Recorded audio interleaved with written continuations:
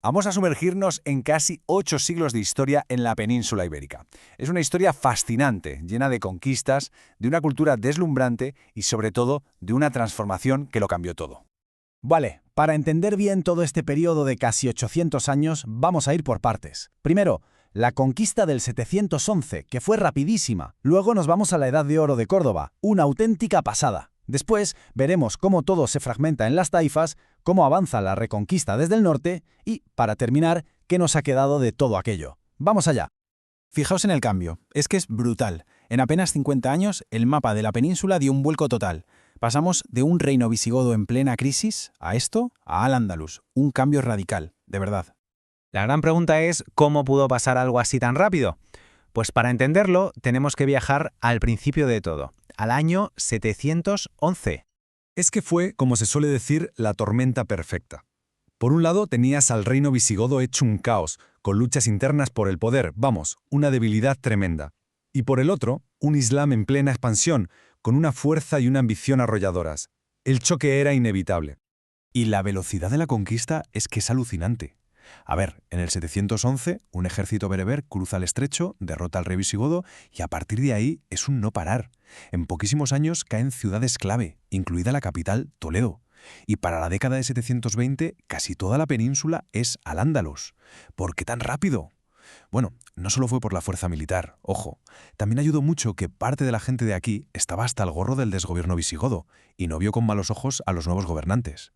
Pero claro, una cosa es conquistar y otra muy distinta es construir, y lo que se construyó aquí fue algo espectacular. Vamos a ver cómo Al-Ándalus pasó de ser una provincia lejana a convertirse en el centro del mundo.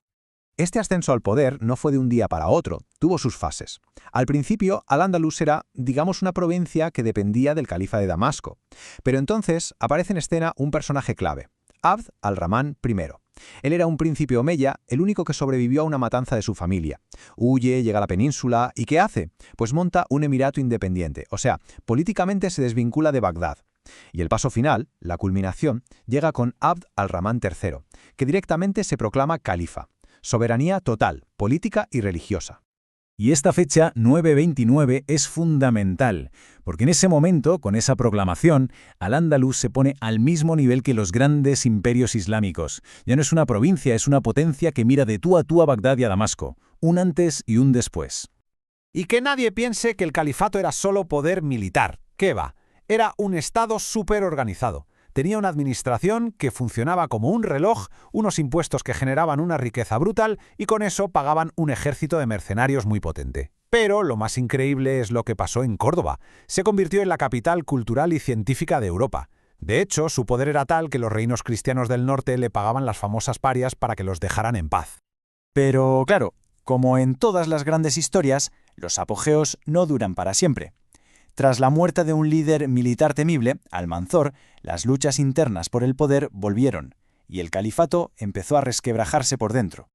Y lo que pasó en 1031 fue el colapso total. Después de años de guerra civil, ese califato tan poderoso y unificado sencillamente se hizo añicos. Se rompió en docenas de pequeños reinos. Y a estos pequeños reinos los conocemos como taifas. Aquí viene la gran paradoja. Por un lado, culturalmente eran una maravilla, con cortes llenas de poetas y científicos. Pero políticamente eran muy débiles. Se peleaban entre ellos constantemente. Y esto, claro, los convirtió en un objetivo muy fácil para los reinos cristianos. De hecho, fíjate qué ironía. Para sobrevivir, muchas taifas acabaron pagando parias a los cristianos, financiando así al enemigo que al final los conquistaría.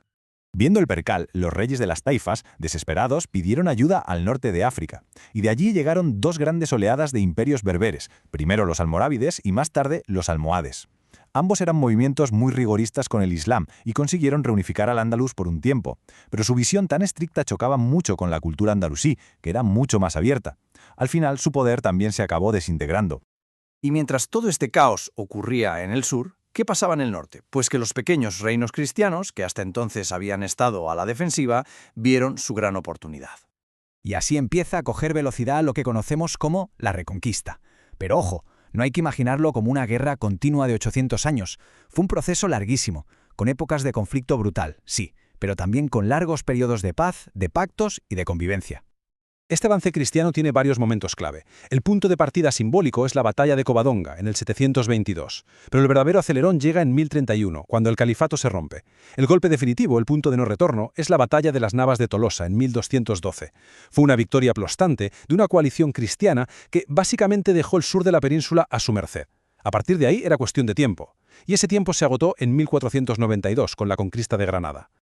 Y en este avance, los dos protagonistas principales fueron Castilla y Aragón, pero eran como la noche y el día.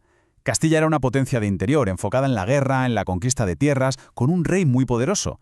Aragón, en cambio, era una potencia marítima, más interesada en el comercio por el Mediterráneo, era una especie de federación de reinos donde el rey tenía que pactar mucho más. Y llegamos al final de la historia militar, pero no del legado. La caída de Granada en 1492 cierra un capítulo, pero la huella de Al-Ándalus es tan profunda que en realidad sigue muy presente. Así que la pregunta importante es, más allá de las batallas y las conquistas, ¿qué nos dejaron casi 800 años de Al-Ándalus? Pues nos dejaron un legado inmenso. Quizás lo más importante es que Al-Ándalus fue el gran puente del conocimiento para Europa. Mientras el resto del continente vivía una época más oscura, aquí se estaban traduciendo los textos de los filósofos y científicos griegos y romanos. Se introdujeron inventos de Oriente como el papel o la brújula, desarrollaron la medicina, las matemáticas y en la agricultura, con sus técnicas de regadío como las acequias, obraron milagros. Y bueno, de la arquitectura, ¿qué decir? Ahí están la mezquita de Córdoba o la Alhambra para demostrarlo. Y esta herencia la tenemos metida hasta en nuestra forma de hablar. Palabras tan comunes como alcalde, azúcar, aceite, almohada, o incluso una expresión como ojalá, que viene de si Alá quiere. Cada vez que las usamos, sin darnos cuenta, estamos recordando ese pasado. Personajes como el filósofo Averroes, por ejemplo, fueron clave. Sus ideas, basadas en los clásicos griegos, se estudiaron en toda Europa durante siglos. O pensemos en las escuelas de traductores, como la de Toledo, que fueron auténticas fábricas de conocimiento para el continente. Entonces, después de todo este viaje, ¿qué fue esta historia de casi 800 años? ¿Fue una guerra constante? ¿Fue un ejemplo de convivencia? Pues la respuesta, como casi siempre en la historia, es que fue mucho más complejo. Fue una mezcla de todo. De conflictos, sí, pero también de comercio, de pactos y de un intercambio cultural brutal. Un legado que es imposible de definir con una sola palabra y que todavía hoy sigue generando debate.